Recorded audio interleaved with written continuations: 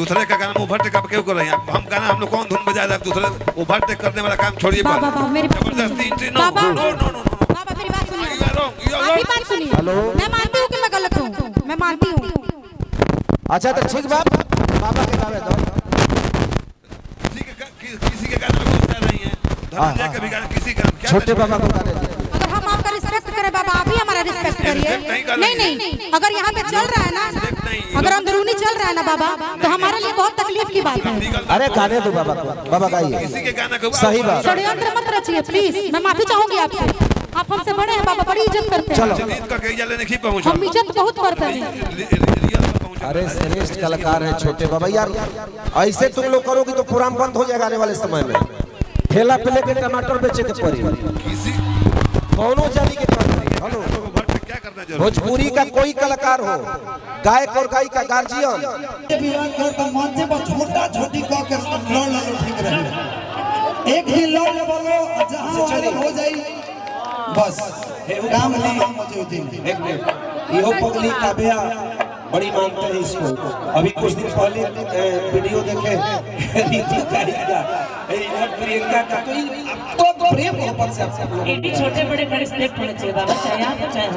हाँ हाँ, शायद आप मेरे से एज में छोटी ही होंगे, लेकिन आप ये बोलेंगे कि तुम्हारे बारे में जाना नहीं। परिवार अच्छा तो ठीक है, हमारे परिवार छोटे नाम है तो बोलो वही के चुप रह के पड़ेगा तो रात के होता के तो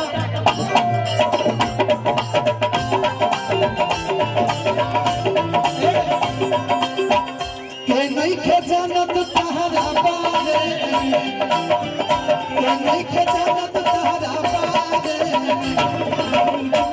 सारा हो तो गलत हो देते मन हम गलत हम दोनों को कहे भाई ये सारा नहीं करेगा। आप अपना गाना गाइए, हम अपना गाना। नहीं सारा जानत तहरा बारे कमाई बने वाला रहू तो कुआरे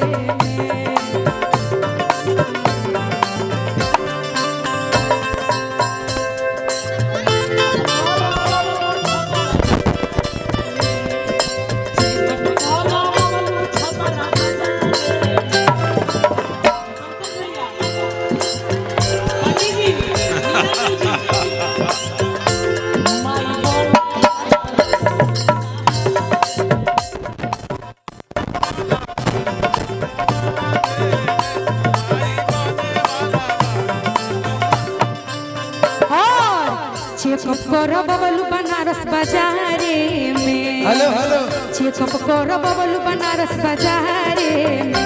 कमाई बने वाला रहू उतारे में। हेलो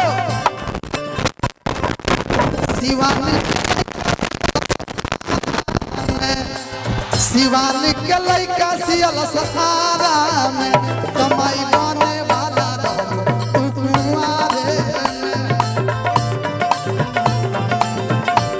और क्या भैया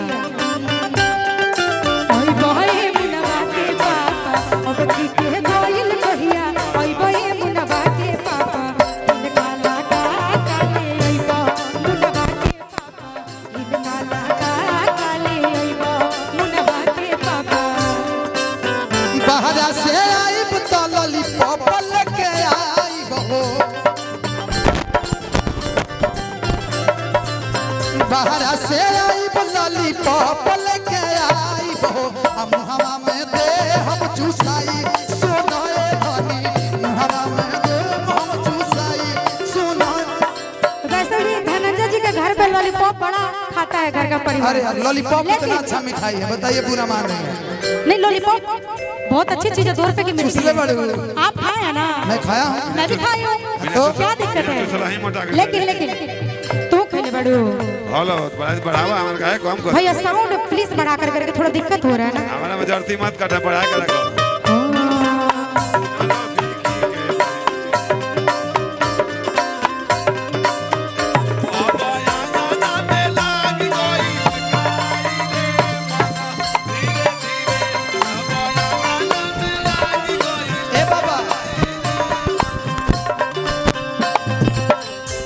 कि मर्दा के मरम चलते रहे मर्दा के मरम मर्दा जनी है मर्दा के मरम मर्दा जनी है सत भतरी में हरिया का जानी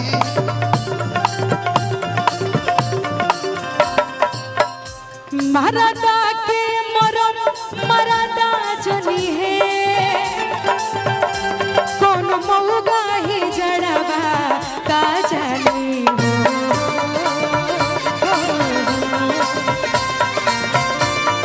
अब गाइए मरदा के मरम जवन रहर में घूम के मजा मरले होई जवन रहर में घूम के मजा मरले होई उ लड़की खेलवड़िया का जानी